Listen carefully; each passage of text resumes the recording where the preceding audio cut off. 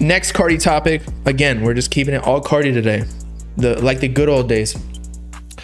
So apparently there has been a rumor, and it's somewhat false. I even got tricked a little bit on Twitter, where apparently Whole Lotta Red is being considered, emphasis on the word considered, for the Grammy nominations of 2022, which is essentially this year, because it's like Madden or 2K, where like the year is a year ahead. Like 2K22 is really for the 2021 to 2022 season, whereas the Grammy 2022 is for 2021. You feel me?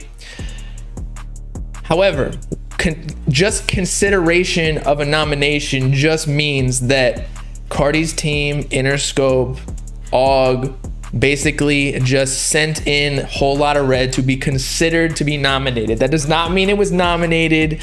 Basically, your boy, if I dropped Whole Lotta Bob, I could send to, or theoretically, I'm not completely sure about the process, but I could send Whole Lotta Bob to the Grammys 2022 and be like, yo, consider this as a fucking classic tape.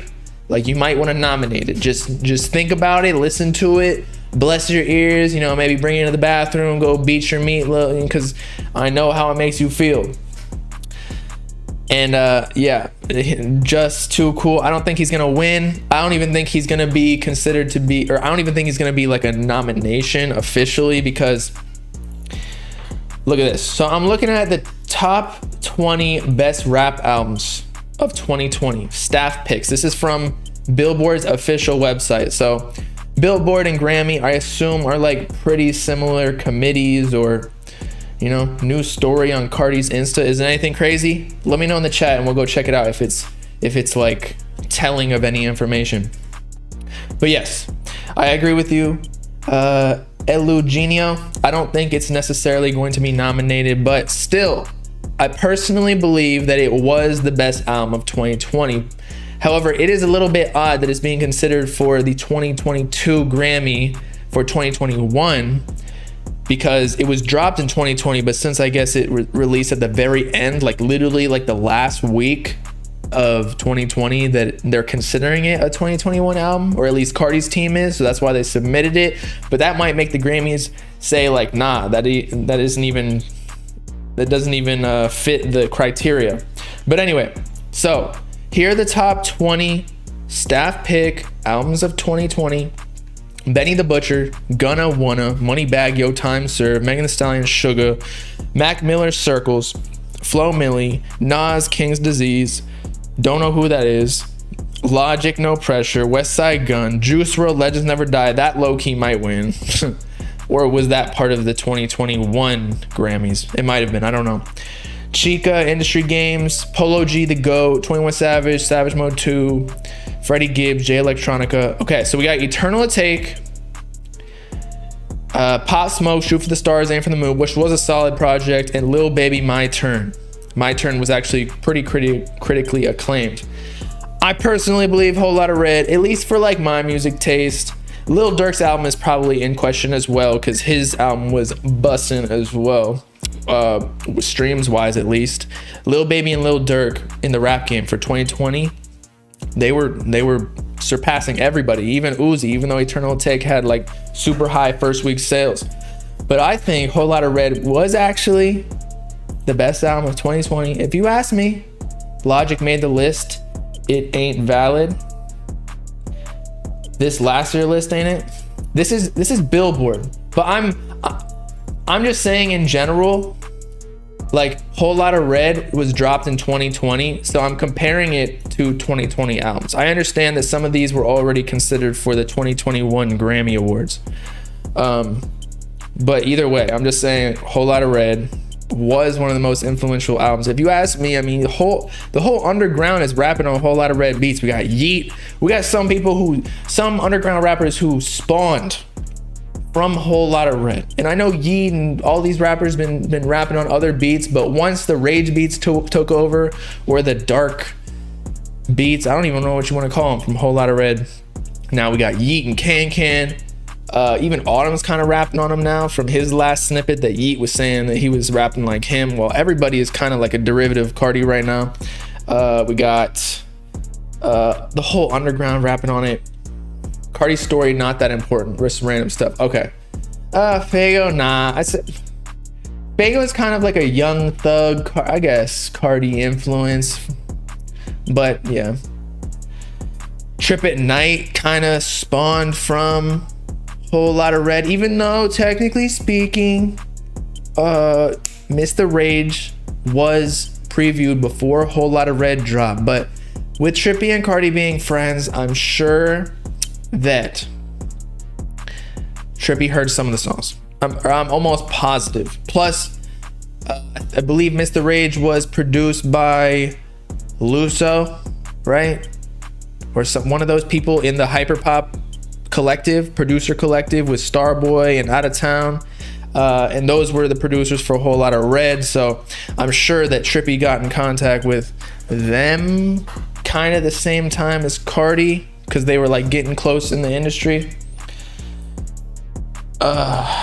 Trip at Night definitely a spawn of Whole Lotta Red. I mean, that's actually up in the air. I really want to see, because then again, I do remember Trippie Red was working with Starboy on the, if you remember the song Star Power with like Sunny 2.0 and whatever the other song was that was kind of like a neon bite. I don't remember what they were called. Star, yeah.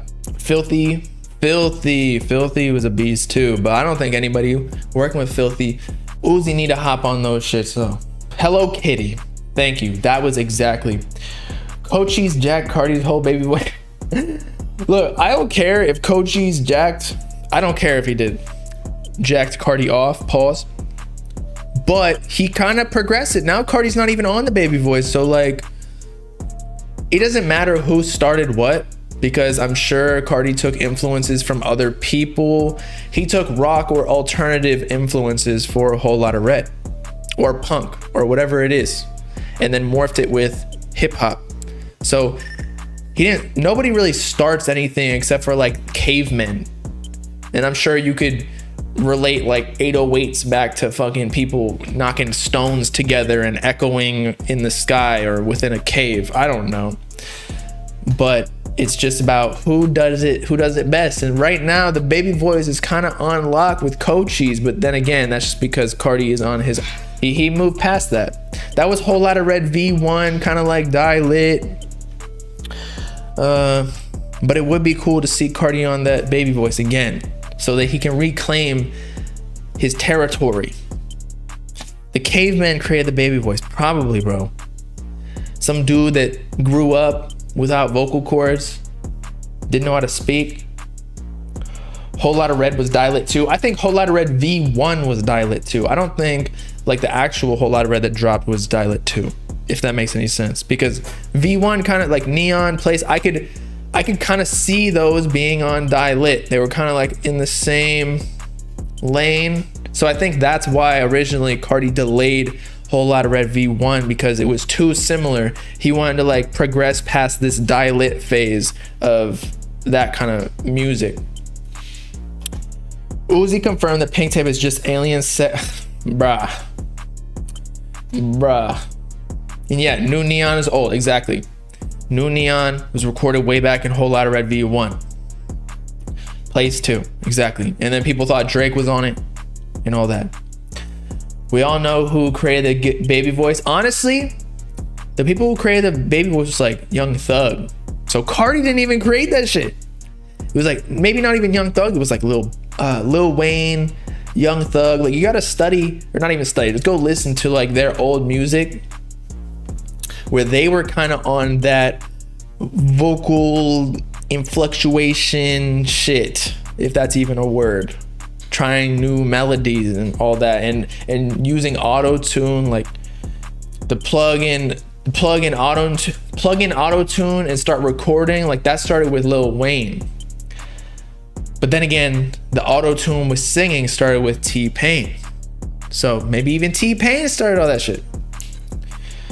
But yeah, Young Thug has made a big pathway, and I don't think he gets the credit he deserves, because his solo discography isn't as great, or not great, isn't as recognized as the people that he has influenced, like Gunna, Lil Baby, Carti.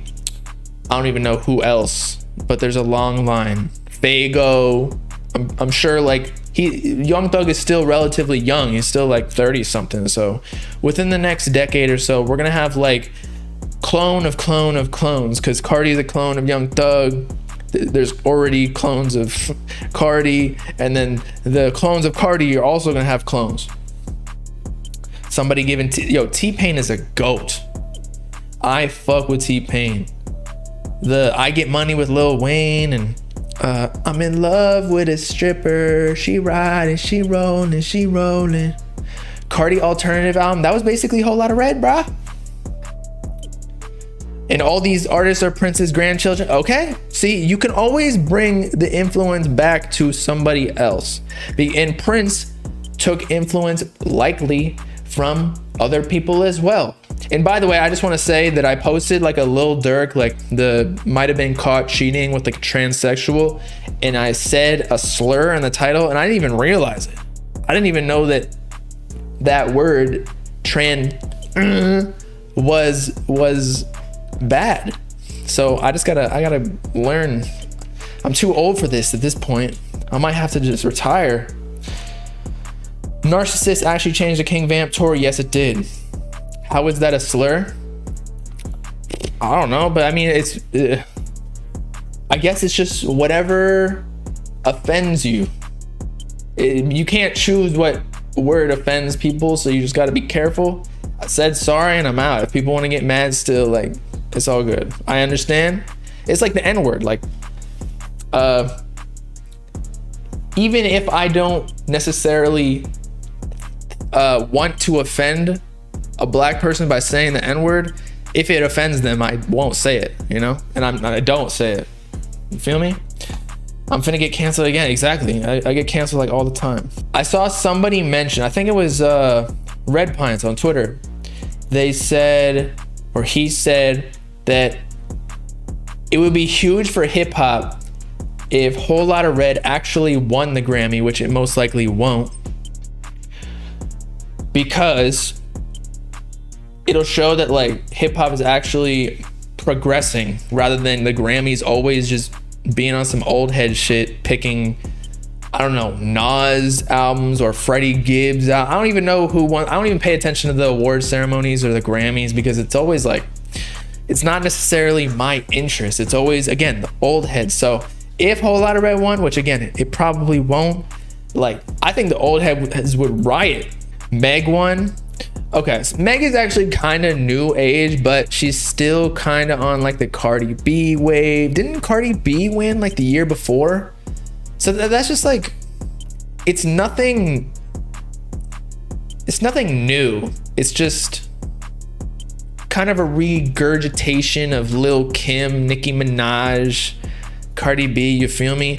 But if Whole Lotta Red won, it would be like hip hop alternative or hip hop punk alternative mushed together, which would be something cool to show that hip hop isn't just like Meg Thee Stallion type music where she talking about licking pussy and all that shit. Now, if we check the lyrics of Cardi, maybe it might not be the best, but it's not about the lyrics for Cardi. Whereas Meg, it's all about the or like whatever she does when she sticks her tongue out. Yeah, voice. I don't know why my voice keeps cracking, bro. I don't know. I'm just going through puberty again.